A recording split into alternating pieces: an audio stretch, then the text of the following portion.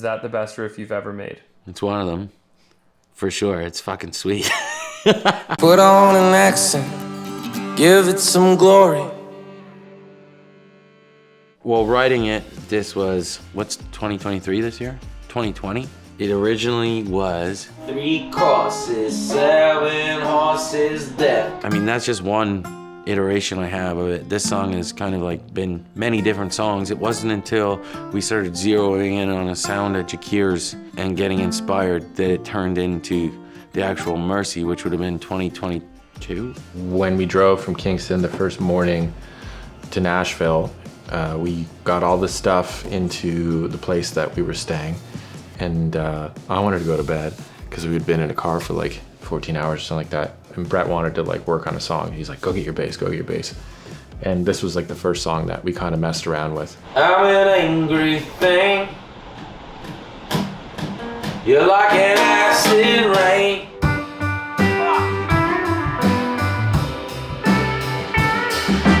I remember it being really hard for like Brett knowing that there was something special about the song, but us not finding it on our own in Nashville. I find that one of my processes, I recycle things a lot, whether that be a riff or a line. I love the riff so much that everything that I wrote seemed like it sucked. And then in Nashville, it probably would have been like my 6th or 7th try. And I finally got really excited and I sent it to Jay immediately. Now in the acid rain, I was never as mad as I thought I was.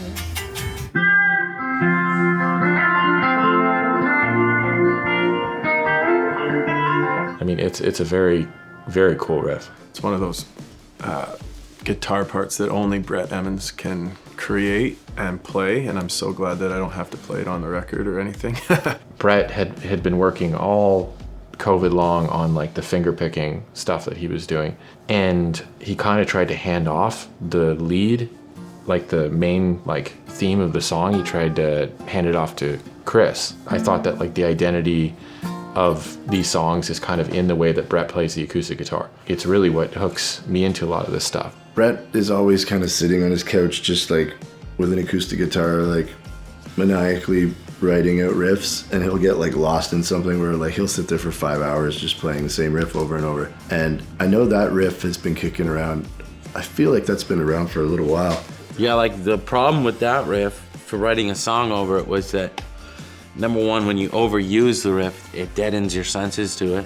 But number two, I was trying to write over that the entire time. Everything I wrote was over this like intricate riff with a bunch of these fucking notes. And I wanted to like write over that.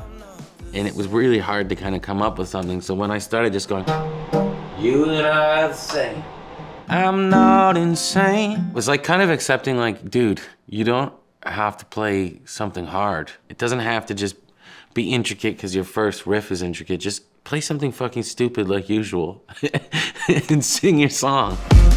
I'm not the same. I'm not insane.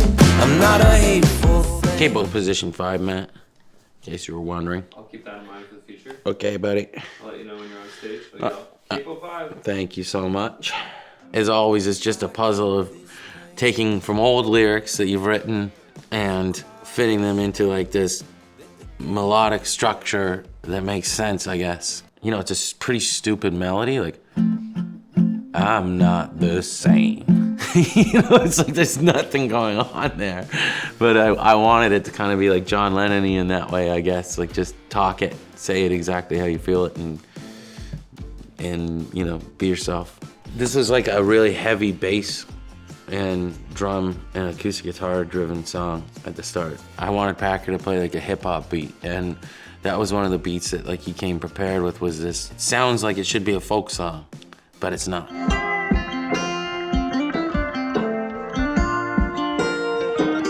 Yeah, so that one started in Nashville. It was kind of just me and him in the rehearsal space or whatever, and just an acoustic and that hip hop beat. It's just an offbeat. My favorite stuff to play is the riding hi-hat. Shotgun has the same same groove. Everybody's acting like they're all alright. I can barely get myself to sleep at night. Josie kind of has a similar one. Born with a little bit of trouble. Definitely those two are, it's in a similar world. Their tempo is a bit different. I got the same feeling as when Everything's Alright was made, that it's kind of like this twanging guitar with a cool groove and just a hook, and it's just a sing-along tune. We had grooves and beats and stuff. Fred doesn't usually listen to them, but it's cool that they land pretty similar. Like this was one, he would have never even heard my beat, but it landed pretty close to where I had it. When Packer's playing on top of it, we kind of, I've made those gel together, so you actually just hear the big boomy room, and it's super distorted, his drums, and then you still have that programmed element underneath it, and somehow that just kind of melded into one. So the next layer was like that bass lick of Peter's. It's that old soulful rock soul bass playing kind of thing. You probably heard it in 1,000 songs. It just fits so perfectly with this. It wasn't quite the bass line that Fred came up with. That like Fred's bass line is a lot more dubby, but it was similar to what we had like kind of thought for the song. It's almost like a reggae bass line on that song. It's fucking ridiculous. Well, that bass line, it reminds me of the 70s. Yeah. Yeah. It's fucking... I feel like I've heard it. That's not what you just usually think, oh, that's a glorious song. I had to work so hard to hold that grudge. The bass line is very busy, but it still like has this cool pulse and walks over the song in an interesting way. I love the groove of this song. This was the first big dancing song. We were all dancing around excited. You just knew the potential was there, but it just didn't necessarily sound full.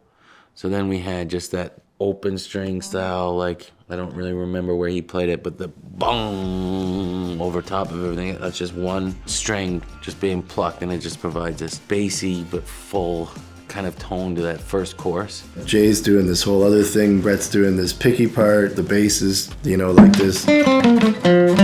Like we both follow that together. That's another thing on this album, is that like very seldomly are we just like hammering on the same chords. Each part is very kind of thought out and placed on top of other things to make sure that everything's talking to each other properly.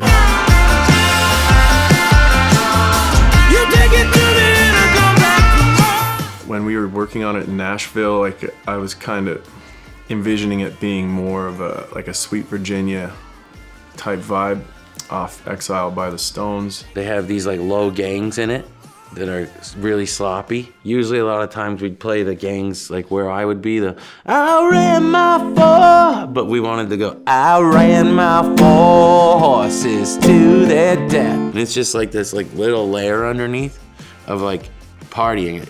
It's almost like people are like in a kitchen drinking beer, singing a song together. It starts with the chorus, and by the time the second chorus rolls around, you can almost sing along to it. It's that catchy. I ran my 4 horses to their death. I watched them take their last. And Jay plays this really, really cool riff. These like stabby things that he kind of plays. Jay has like a very good sense of melody. That's Jay. It's Jay. Yeah. And that was a final piece to it, because he was really cold on the song, which is so weird because it's the most Stones-like song on the album. There was still this kind of missing piece. The guys were like, we need like a Jay Emmons kind of glue part on this, and it gave me a chance to kind of channel the Keith Richards kind of fanboy and just write like a really simple kind of stabby little bits for the verse that, I don't know, smacks you in the face a little bit. Just the stabby kind of Keith Richards shit. It's a cry of shame that the games we play. And then we added Chris doing some of that. It's almost like Beatles-esque riffs. They're like weird. Chris had all these like kind of like really wild parts that were great, but they just kind of like were all over the place. The chorus rhythm that I ended up working out is super simple.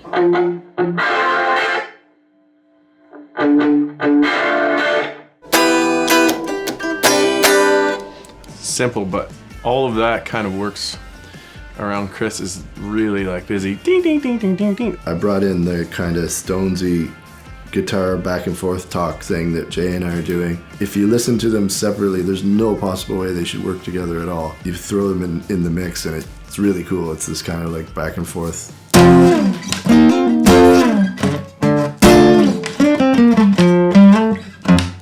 And it was kind of like really weird when we put them together. It sounded like one person playing a guitar, but it was two riffs kind of intertwining by accident. Mercy, mercy, I'm sick of my war.